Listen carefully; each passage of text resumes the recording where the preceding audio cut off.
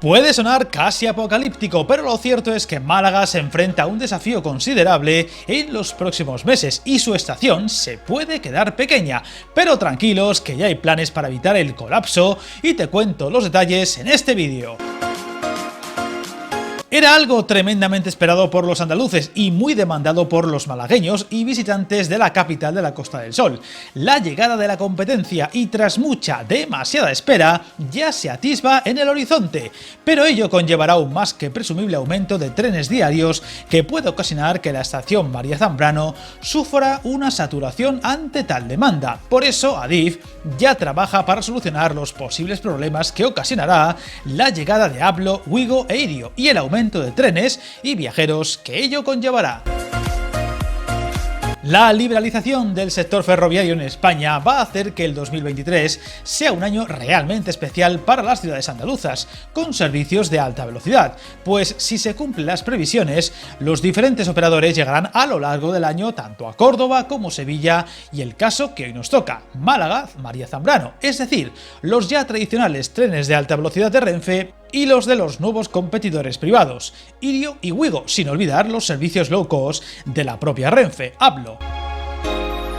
Esta circunstancia va a poner a prueba la capacidad real de unas instalaciones que fueron diseñadas y pensadas en un escenario de monopolio y del que ya han pasado nada menos que 15 años. ¿Cómo pasa el tiempo? Una estación moderna y más que suficiente para aquellos años, pero que ahora, con la alta competencia y el presumible notable incremento de viajeros que se supone ello conllevará, podría sufrir una saturación tanto de espacio disponible para trenes como para los propios pasajeros. Adif, el gestor ferroviario, ya trabaja en medidas concretas para que la estación María Zambrano pueda absorber ese significativo aumento de viajeros, así como dar cabida a las nuevas empresas ferroviarias, implementar la digitalización y mejorar su sostenibilidad, algo que también ocurrirá en Sevilla Santa Justa y Córdoba Central. Si bien la estación cordobesa, al ser pasante, sufrirá menos congestión y la terminal sevillana parece tener más capacidad para absorber esa subida de oferta, pero no es descartable que también necesite medidas e inversiones extra para adecuarse a estos nuevos tiempos. Todo ello será dentro de una metodología de análisis conocida como Plater, Plan de Transformación de las Estaciones a los Retos Futuros, cuyo objetivo es que la estación malagueña siga siendo pionera, adaptándose a las necesidades surgidas y preparándose para los retos venideros. La base de partida es que las estaciones sean espacios capaces de desempeñar tres roles: el de centro de transportes, el de foro urbano, centro de servicios y el de centro de trabajo para personal ferroviario y sus empresas auxiliares. Para ello, los planes directores de la metodología Plater definen la situación actual y la previsión futura de estas estaciones. Ello permite realizar un análisis de resiliencia, evaluando la capacidad de adaptación de cada infraestructura a los retos futuros. Y ya con los resultados obtenidos, el ente estatal podrá ofrecer un plan de acción donde se recogen y calendarizan las actuaciones necesarias.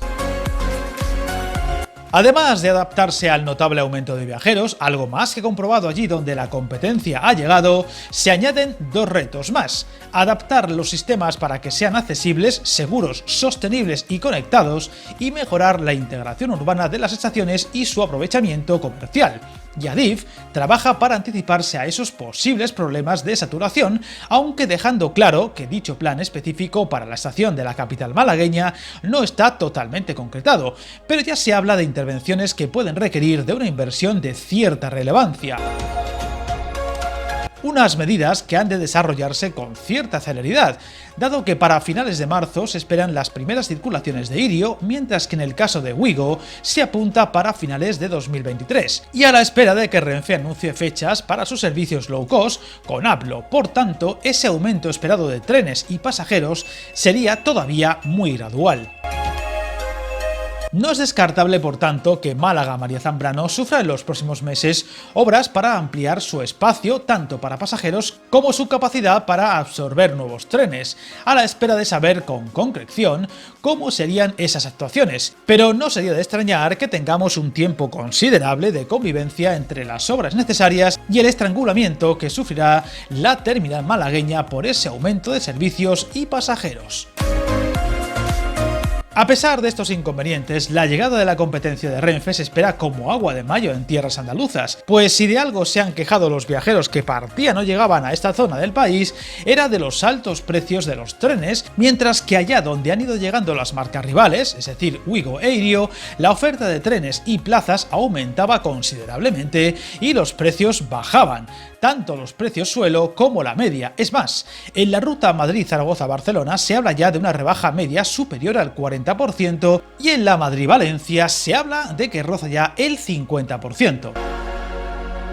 Irio entrará en Andalucía el próximo 31 de marzo con los billetes de todo el año a partir de esa fecha ya puestos a la venta desde sus famosos 18 euros de precio suelo, algo que también ha revolucionado el mercado ferroviario, obligando a Renfe a ponerse las pilas en ese sentido, el de vender los billetes con más antelación. Este detalle, añadido a la flexibilidad del operador italo-español, hace posible comprar un billete con la máxima antelación sin miedo a perder el dinero, salvo sobrecoste extra como ocurre con el AVE. Un 2023, por tanto, que supondrá una verdadera revolución en cuanto a viajes en tren a dichos destinos andaluces, a la falta de más detalles por parte de Renfe, Aplo y Wigo, así como posibles novedades para otras ciudades andaluzas por parte de Renfe y que tienen muy poca oferta, como el caso de Cádiz o Granada, que llevan reclamando mejoras y aumento de frecuencias, así como de plazas demasiado tiempo, sin olvidarnos del precio de los billetes, pero que no podrán ver la llegada de estas marcas privadas todavía en bastante tiempo. Estaremos atentos a esas novedades que vayan llegando y aquí lo iremos contando. Suscríbete al canal y recuerda, hasta el camino más largo se inicia con un primer paso.